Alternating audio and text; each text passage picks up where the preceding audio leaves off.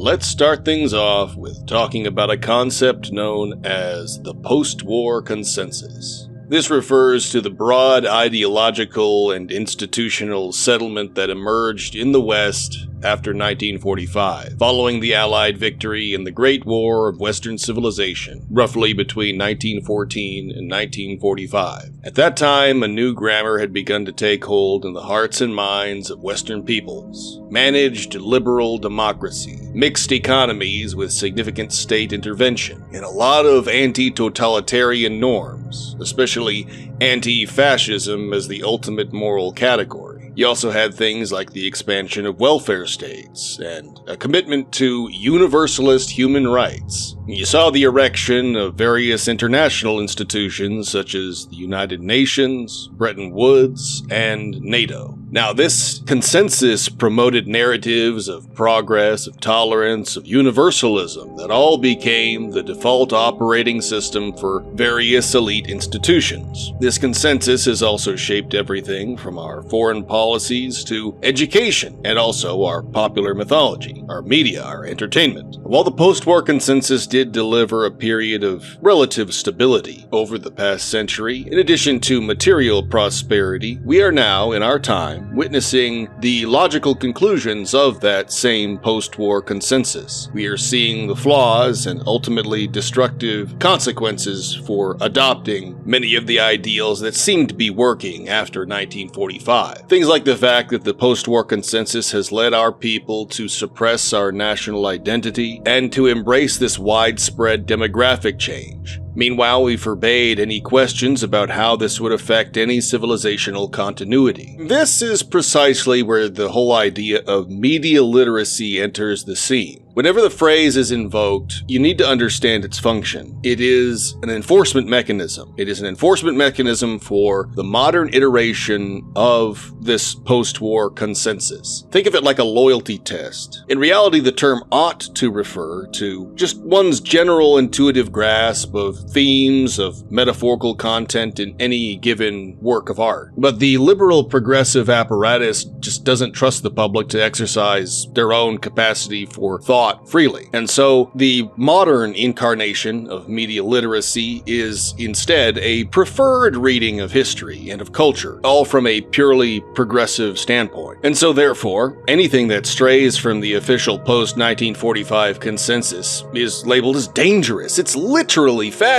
And the power derived from media literacy is unintellectual and it's unearned. It's not derived from any superior insight. It's all coming from institutional capture. It all functions as a modern secular religion, and it has its own rituals of purity. And the churches for this religion are the academy, it's the legacy media, it's various entertainment cartels like Hollywood, and it's the managerial state itself. But you see, all these institutions treat the Allied victory in 1945 as a sacred founding myth. You're not allowed to question the dogma about whether the correct side truly won, or whether the cascading inevitabilities of the Great War reflected a deeper civilizational crisis that still needs to be addressed. No. Instead, you're given repeated cartoon melodramas about some evil Germans who woke up one morning and chose violence.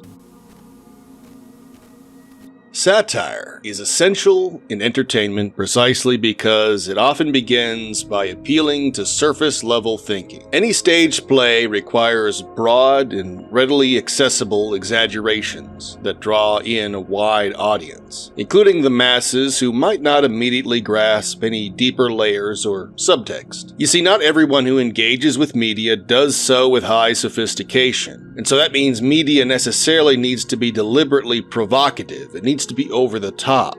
And so satire creates a hook that forces people to confront what they're watching rather than passively escaping into it. Understanding satire means you need to recognize that we're not supposed to take what we see at face value, but we are supposed to consider the merit, or lack thereof, behind all the exaggerations. Media is rarely, ever, pure escapism. Even light entertainment is meant to shape your worldview to some degree. But when it comes to modern progressives, most of what they know is based on these cartoon melodramas, propaganda, things that they've been fed since birth. What's lacking there, however, is any lived experience or genuine encounter with actual complexities, whether it's history, whether it's human nature, or opposing worldviews. And that's why, for people like that, the concept of satire is altogether impossible for them to understand. And that's why their every depiction of the Nazis must remain hyperbolic, even in reality. What the progressive hierarchy has done over time, however, with this is create a compelling villain. In wrestling terms, this is known as the heel. The heel is an antagonist who deliberately leans into an over-the-top persona. And it's all for the sake of entertainment, of course. The heel cheats, he trash-talks the crowd, and he breaks all the rules. He generates heat, loud boos and hatred from the audience. But in such events, the best heels are often more charismatic, and sometimes they're more entertaining than the straightforward face, the hero of the story. They have the propensity to turn a scripted drama into something more compelling, and you will find that some fans will frequently cheer heels, ironically, or maybe even genuinely, thereby reversing the intended dynamic. Now you can see how this analogy plays out. You see, the modern progressive, the modern leftist, either cannot grasp, or they pretend not to understand how anyone would embrace an antagonist role subversively, or identify with a persona that has been labeled forbidden by the powers that be. And they do this because any nuanced thought about anyone, including Nazis, risks humanizing the enemy. Because of a lack of any critical thinking faculties, leftists are taught to treat the world like a set of cliches. Like, think about how you were taught the alphabet, right? If anyone were to introduce a letter in the alphabet that doesn't belong there, well, that would confuse and frustrate you, right? Well, that's how the mind of a leftist,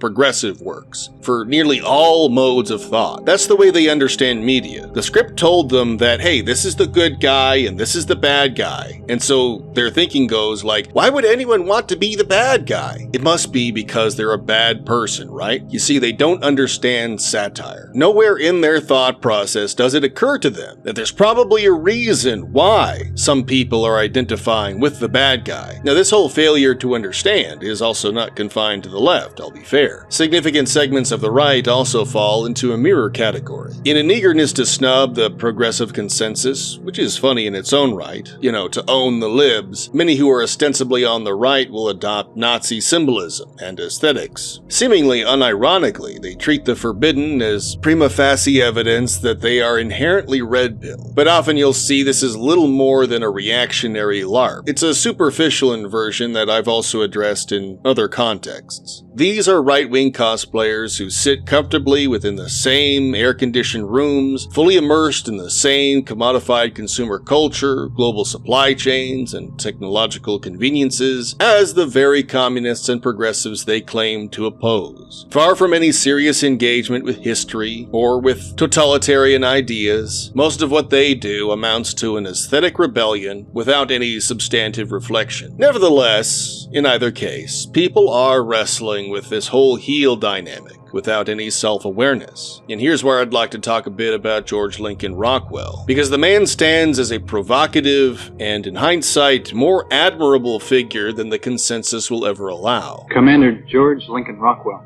you are head of the American Nazi Party? Yes, sir. How can you possibly justify leading an organization whose objectives are the liquidation of the Jews, the removal of the Negroes to Africa, and the turning of the United States into a fascist state? Well, I don't know where you got those supposed objectives, but they're ridiculous. We have no such objectives. As you have said, we are not out to liquidate the Jews.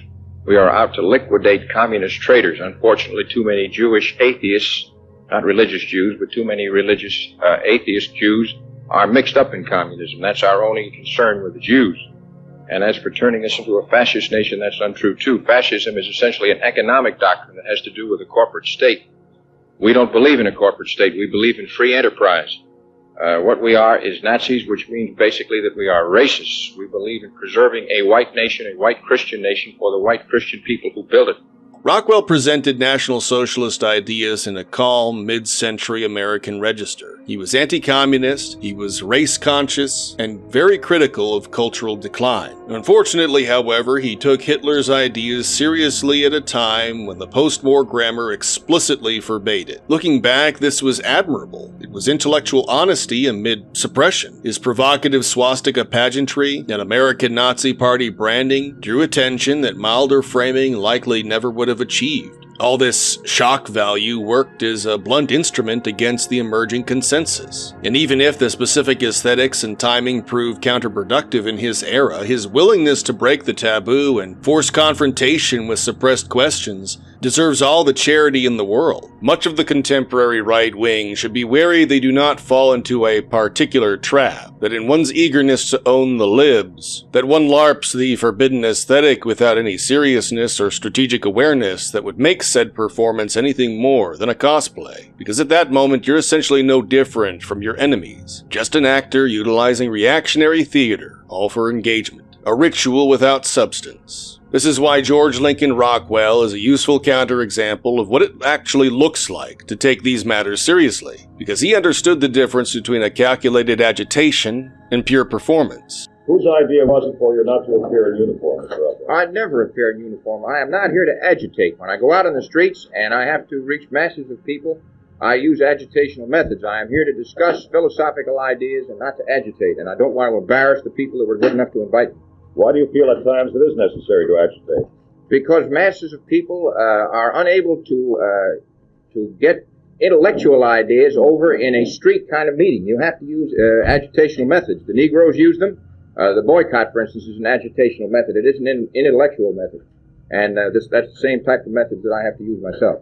He was very conscious of which audiences and which settings prized which register. What Rockwell articulates in these moments is an indictment of the criticism that has been leveled against him. If leftists attack right-wingers for playing the performance game, the appropriate response is, so do you. The only difference is you give yourselves permission to do it. But anyway, my whole point in bringing him up is that in our current moment of consensus fatigue, the provocations of a Rockwell-like character may land differently and serve as a useful catalyst for reopening frozen debates. But in order to fully appreciate the stakes right now, I urge one to turn to Eugene Rosenstock-Huessy, a German philosopher and historian, and also a Christian. Keep in mind he was born to a Jewish family, but he converted to Christianity and became a profound Christian thinker. And to anyone inclined to dismiss his work on the grounds that Jews ought not to be trusted, no matter where they come from, this is worth noting. Rosenstock-Huessy's analysis of Western history, of speech, and the crisis of modernity stands or falls on its own merit, not on his ethnic ancestry. He engaged Christianity as a serious intellectual and spiritual commitment, offering one of the most insightful diagnoses of the West's revolutionary grammars and of civilizational breakdowns. Dismissing him on identity alone would be the same kind of reductive literalism I've critiqued so far. I believe his works are essential for understanding the deeper currents of Western decline and understanding how culture must be renewed. He has crafted an amazing work entitled Out of Revolution, Autobiography of Western Man, which presents Western history not as a series of isolated events, but as a living dialogue of speech acts, all of which have reshaped the grammar of human existence. And the book traces how successive crises, from the Papal Revolution to the Reformation to the Enlightenment and beyond, have all forced humanity into new ways of organizing society and confronting morality. For Rosenstock-Huessy, the period from 1914 to 1945 constitutes a single great war of Western civilization. It was a cataclysmic culmination of many unresolved tensions, including but not limited to the collapse of Christian religious unity, followed by the rise of secular nationalism and totalitarian ideologies. Also, there's the acceleration of technology. There's a lot of economic upheaval. There's also widespread spiritual disorientation. Out of Revolution traces how all these successive revolutions, the Papal, Reformation, English, American, French, Russian, created cumulative tensions and spiritual vacuums throughout their respective societies, and this all made some kind of large-scale crisis inevitable. That was the Great War. This perspective would be vital to read today because it liberates us from the idea that the world that was established after 1945 was in any way monolithic. Instead of treating World War I and World War II as discrete events with clear heroes and villains, we need to instead examine the full cascade of factors. This includes the Versailles resentments, Bolshevik terror, the crisis of liberalism, and also various demographic and class upheavals that all made a large-scale conflict a certainty. Viewing the era this way reveals that Nazi ideology was just one among many responses to genuine civilizational breakdown during this time, and it was in no way an inexplicable eruption of pure evil. The thing about history is that it moves through speech and counter-speech. It moves through revolutions and counter-revolutions. We need to stop treating the world wars as some clean morality play, rather than what they were. The violent climax of many unresolved tensions from 1914 onward. Because all that does is freeze 100-year grammar in place and prevents any honest resurrection of speech regarding those times. And this all ties back and aids in a general understanding of how media literacy currently functions. Media literacy is a tool of progressive enforcement, and because by design it does not adequately address our modern crises, it therefore lends itself to reactionary misfires. It is a mechanism that seeks to keep the old consensus on life support long after its vitality should have been drained. Those who readily utilize media literacy are particularly terrified of the Rosenstock-Huessy style of historical consciousness, because to admit that history is written by the victors is to open oneself to the possibility that the victors may not have been entirely correct, or that their victory birthed all these new problems which are now coming due. The style forces uncomfortable questions about what must be done in the present. But no, instead of addressing those questions, these media literacy leftists are essentially functioning as state actors.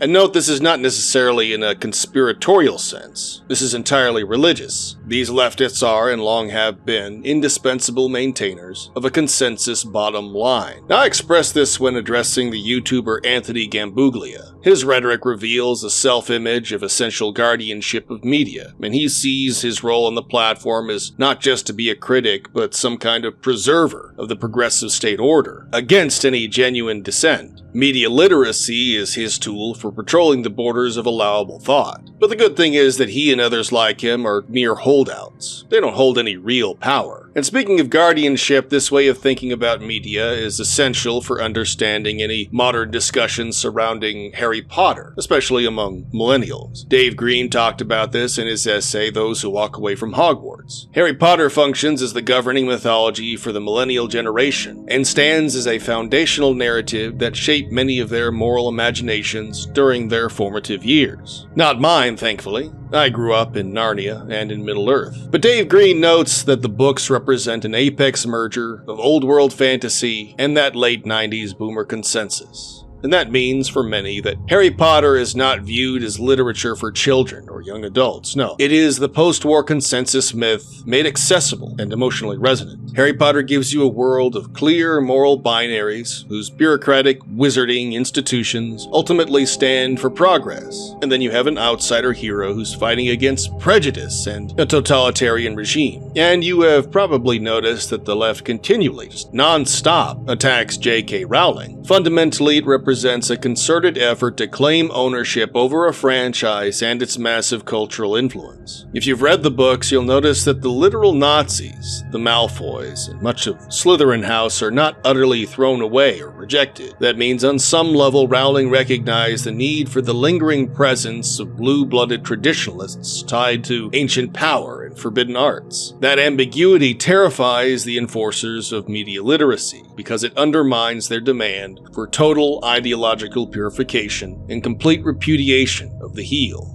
Lest I be remiss, my good friend Carl has also reminded me that many millennials, but leftists in general, enjoy casting themselves in these kinds of roles without any hindsight into the fact that they do so from a vantage of institutional empowerment. In other words, they cast themselves as Harry Potter, or maybe as Spider-Man, embracing the self-image of the hero perpetually punching up against corrupt power structures. characters. Have you two noticed how many leftists or pro-communist types like to identify with a Spider-Man? Why is that? There's a mode of critique that desperately needs to be applied to Spider-Man that I've yet to hear anyone else tackle. Spider-Man, even classically, has been coded as a working-class man. He's perpetually broke, he's burdened by rent, by medical bills for Aunt May, and all he does to substantiate himself is low-paying freelance photography gigs. All that, but he also possesses genius-level scientific intellect, and he routinely builds very sophisticated technology, like his web shooters and synthetic webbing. Amazing, no pun intended. And what are you going to do in response? Are you going to hand-wave this away by saying, it's comic book logic? Then why tailor your self-image to it? It's clear Spider-Man is taken as some kind of foundational mythology establishing what a hero is, or what a hero ought to be. And in that sense, can you see how Spider-Man might appease a leftist underdog fantasy? Do you see how this idea of what a hero is necessarily relies on this idea of the proletarian fighting against the wealthy elite? And can you also see how the idea also undermines its own class determinism by relying on this message of exceptional ability, which has emerged from humble circumstances? So in the context of all this modern media literacy, is this contradiction ever addressed? But you see, if Spider-Man is the quintessential underdog, punching up against power, why is there zero hindsight into the fact that the character's actual working class constraints are always conveniently shoved to the wayside whenever the plot requires it? Point being, this whole leftist love of Spider-Man highlights how entertainment myths selectively emphasize certain aspects of class warfare while smoothing over others to fit their ideological needs. They don't address the contradictions. And what's really telling now is that the Marvel Cinematic Universe's iteration of Spider-Man has largely resolved this tension by giving Peter more resources, Stark Tech in particular. And you would think that this change absolutely betrays the leftist fantasy at the heart of the character's modern appeal, right? But no, in reality, this is an unconscious admission that the leftist self-image as the eternal underdog is entirely a myth. It is a subsidized fantasy enabled by the same system's resources, which also reveals the contradiction at the core of all progressive mythology. That all of this radical posturing depends on the stability, on the wealth, and the infrastructure created by the order that it rhetorically opposes. Anyway, to wrap things up, I'll just recap much of what I've said so far. Media literacy is consensus enforcement. It is a reactionary measure against anyone who questions the politics, the subtext, or the cultural staying power of the sacred scripture of progressive ideology. And every media literacy debate is a proxy war,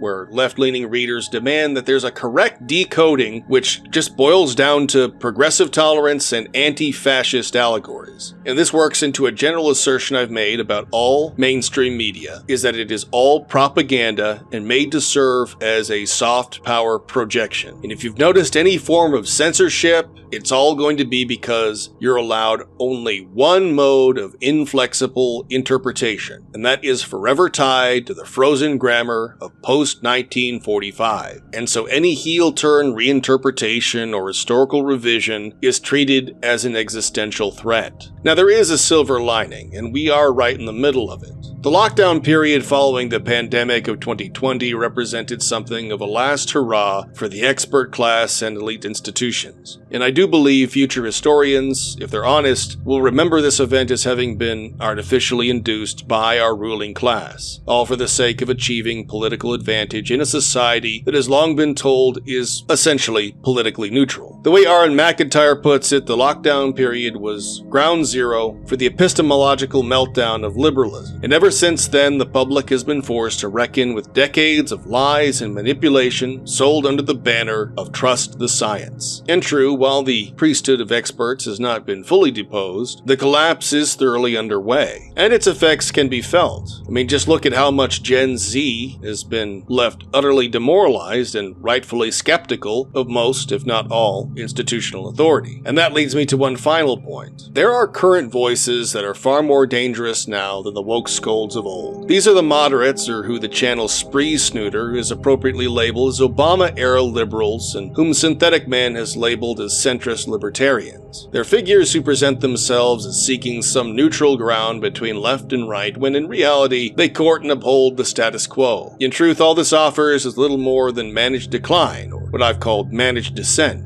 And even though these types do get lambasted by the more absolutist left for insufficient zeal, that doesn't mean they're courting ideas that actually work or will challenge the deeper failures of the post-war order. The fact of the matter is, true literacy entails that we engage with history as a reality, and not some cartoon morality play where the Allied powers were purely good and the Axis powers were purely evil. Deferring to Rosenstock-Hussy's Great War style of thinking, we should look at the early to mid-20th century as a cascading civilizational crisis with real grievances and moral trade-offs on all sides, and whose long-term consequences are still unfolding even in today. So when you read books or watch movies or play video games, you need to teach yourself how to recognize satire without going into some reactionary state over it. It's part of being intellectual. It would do everyone a world of benefit to prioritize direct encounters with the complexities of real human beings, which means you need to stop looking at your cartoon melodramas for real-world knowledge. And no, you do not need to absolutely embrace Nazism or fascism or whatever. The point is, you need to critically question the sacred founding myths of the 1945 post-war consensus and understand why all of society right now has become so exhausted with the current managerial order. Fundamentally, we all recognize that we desperately need to move beyond all this surface-level signaling and consider the actual merit or failure of ideas on their own terms. So in short, true literacy is the opposite of all this midwit catechism that passes for sophistication today. And what does it matter if you feel uncomfortable when you think about these ideas? Just man up. Consider whether or not the ideas are oriented toward actual societal renewal, rather than this ongoing preservation of a failing consensus. I will say this. In my organization, I have men who were homosexuals. They were sucked into that filth, just like drunkards or dope fiends. And I have been able to rescue them. And I'm not a bit ashamed of that. I'll stand shoulder to shoulder with anyone on any day. The only thing I will not tolerate is a homosexual who is a homosexual. This is one of your enemies? That's one of the biggest enemies. I'd rather gas queers than anybody else.